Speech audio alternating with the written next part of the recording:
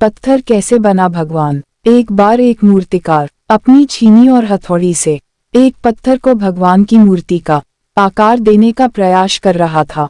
जैसे ही वह छीनी पर अपना हथौड़ा चलाता, वह पत्थर चिल्लाने लगता और कहने लगता कि ये क्या कर रहे हो, मुझे इतना मार क्यों रहे हो, मुझे बहुत दुख हो रहा है, तकलीफ हो रही है, पीड़ा हो रही है, मुझे अपने हाल पर छोड़ दो और यहाँ से चले जाओ।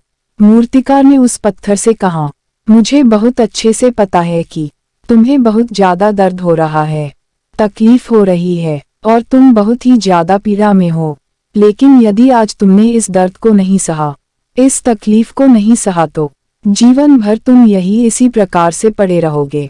मुझे पता है कि तुम में आगे बढ़ने की अपार संभावना है, तुम एक बहुत अच्छे पत्थर हो, लेकिन यदि तुम इसी प्रकार से रहोगे तो कभी भी आगे नहीं बढ़ पाओगे। इतना कहकर मूर्तिकार औजार उठाए ही थे कि पत्थर फिर से चिल्लाने लगा, गिड़गिड़ाने लगा, विनती करने लगा कि मुझे अपने हाल पर छोड़ दो।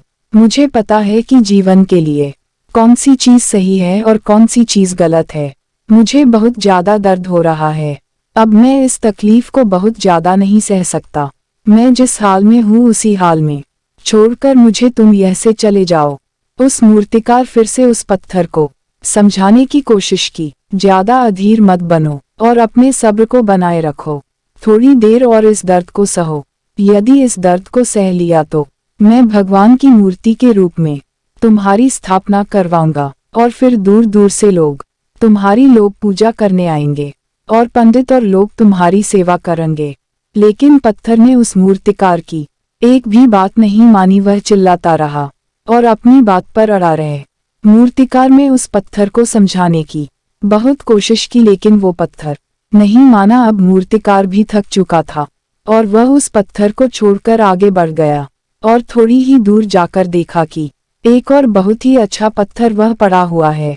उसने छीनी और हथौड़ी उठाए और उस पत्थर को मूर्ति बनाने के लिए वो तैयार हो गया। मूर्तिकार ने छीनी और हथौड़ी का वार दूसरे पत्थर पर जारी रखा।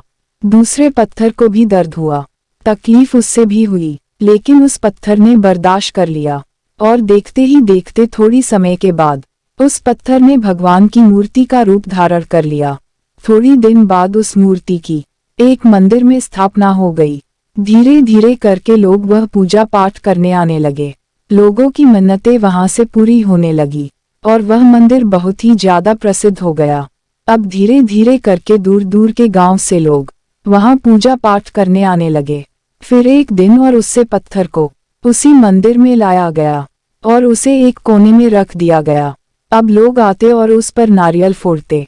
ये कोई और पत्थर नहीं बल्कि वही पत्थर था जिसने दर्द को नहीं सहा था। अब वो पत्थर मन ही मन बहुत ज्यादा पछता रहा था, दुखी हो रहा था और अपने आप से कह रहा था कि काश मैंने उस दिन उस दर्द को, उस तकलीफ को सह लिया होता तो आज लोग मेरी भी पूजा करते।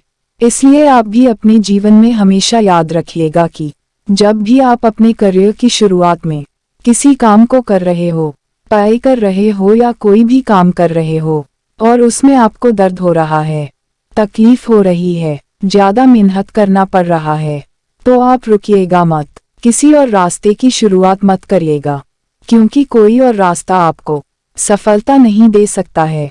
आपको उस दर्द को, उस तकलीफ को सहना ही होगा और उस दर्द को, उस तकलीफ को सहकर आप ज्यादा मजबूत बनेंगे और तभी आप अपने जीवन में आगे बढ़ पाएंगे। और जीवन में हमेशा याद रखिएगा कि आपको पहले पत्थर की तरह नहीं बल्कि दूसरे पत्थर की तरह बनना है। ये कहानी आपको कैसी लगी आप हमें कमेंट के माध्यम से जरूर बताएं और चैनल को सब्सक्राइब जरूर करें। धन्यवाद।